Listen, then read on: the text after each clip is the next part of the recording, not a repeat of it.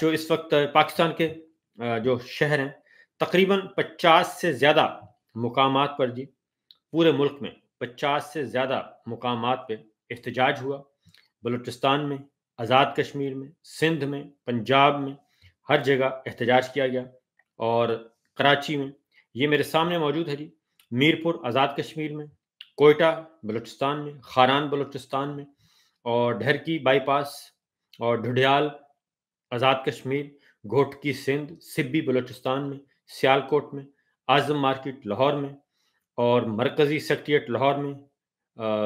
چندہ قلعہ گجرانوالا اور بوگی سیالکوٹ میں،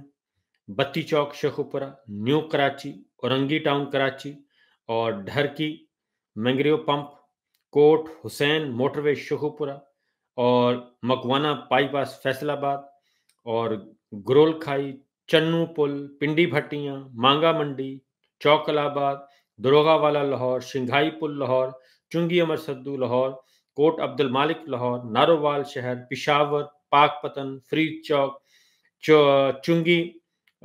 اس کے بعد چار چنگی، وہاڑی، بھمبر، فیض پور انٹرچینج، کوٹلی آزاد کشمیر، نکیال بارڈر، بٹخیلا خیبر پختونخوا، قصور روڈ لاہور، فاروق آباد، برے والا، لالا موسیٰ، سرائے عالمگیر، ٹھوکر نیاز بیگ، لاہور سے اسلام آباد M2، عبدالحکیم، اور لاہور سے سیالکوٹ M2 اور 50 للیانی، اور یہ سارے کے سارے مقامات پہ آج احتجاج ہوا۔ سڑکیں اور یہ شہر بند رہے، اور اس سے یہ رپورٹ ہوئے، اور اس سے بھی کہیں زیادہ آج سارا دن رہا۔ گلیوں میں، بازاروں میں، شہروں میں، ہر جگہ گاؤں گاؤں احتجاج کیا گیا، اور جو قتل عام کیا گیا، اور میں اس کو سمجھوں گا غیر ضروری قتل عام کیا گیا، اور ایسے وقت میں جب کہ اعلانات ہو رہے تھے مذاکرات کے، مذاکراتی ٹیموں کے، 2 مذاکراتی ٹیمیں گئیں اور ان کو واپس نہیں آنے دیا گیا، اس کو واپس نہیں بھیجا گیا، اور آپریشن شروع کر دیا گیا۔ یہ سب کچھ ہوا، اور آگے اس سلسلے میں اب میں آپ کو ذرا تھوڑا سا لیڈر آف اپوزیشن کو ذرا ضرور سنیے گا، کیونکہ انہوں نے آج ایکچوئل بتایا ہے، اور بہت ہی انہوں نے وہ اعداد و شمار پیش کیے ہیں۔ آپ انہی کی زبانی سنیے تاکہ آپ کو اندازہ ہو سکے کہ ان کے اعداد و شمار، پیش کردہ اعداد و شمار جو ہیں وہ کس قدر خوفناک ہیں اور خطرناک ہیں۔ وہ کہہ رہے ہیں کہ 2 لاکھ کے قریب آنسو گیس کے شیل فائر کیے گئے، اور ذرا سنیے جی کیا کہتے ہیں۔ اور بھرپور احتجاج کیا۔ آج جو صوبہ پنجاب کی صورتحال ہے، صوبہ پنجاب آج جل رہا ہے، لا اینڈ آرڈر کی سچویشن اپنی بدترین کنڈیشن کے اندر ہے۔ یہ جو رات سے شروع ہونے والا میسیکر، یہ جو اپنا قتل و غارت کی جو داستان جو انہوں نے خون سے لکھی، جو صبح تک جاری رہی، اور اس کے بعد اب وہ حالات پورے پنجاب کے اندر گلی کوچوں میں پھیل چکے ہیں، جہاں 282 کے قریب جو لوگ شہید ہوئے، 1600 کے قریب لوگ زخمی ہوئے۔ آج ہم نے اس پوائنٹ کو اٹھایا اور حکومت سے جواب لینے کی کوشش کی، جو ان کے پاس کوئی جواب نہیں تھا، کہ جب شہباز شریف صاحب یہاں چیف منسٹر تھے تو ماورائے عدالت یہاں قتل ہونا شروع ہو گئے تھے۔ ابھی ماڈل ٹاؤن کہ جس کے اندر 14 لوگ شہید ہوئے تھے، اس کی کارروائی کا کوئی جواب نہیں آیا، اس کی انویسٹیگیشن کا کوئی جواب نہیں آیا۔ تو رات انہوں نے جو ظلم و بربریت کی، ان کی بھتیجی چیف منسٹر صاحبہ نے جو لکھی داستان، اس کا سوال ہم نے اٹھایا اسمبلی کے اندر، پرزور ہم ان کی آواز بنے، اور ہم نے بڑا صاف، بڑا کیٹیگوریکلی کہا کہ ہماری چاہے ان سے سیاسی رائے الگ ہوں، لیکن ہمارے چیئرمین نے سکھایا ہے کہ مظلوم کا ہر طریقے سے اور ہر وقت ساتھ دینا چاہیے۔ ہم نے ان سے پوچھا، انہوں نے ہمیں یہ کہہ کر ہم سے ٹائم مانگا کہ ہمارے پاس ابھی رپورٹ پوری نہیں ہوئی۔ ہم نے ان کو بتایا کہ کس قسم کے آپ کی گورنمنٹ ہے کہ جو رحیم یار خان سے لے کر اسلام آباد تک تمام پولیس آپ نے یہاں اکٹھے کر کے آپریشن کیا، 1500 بندوں کے لیے آپ نے 10,000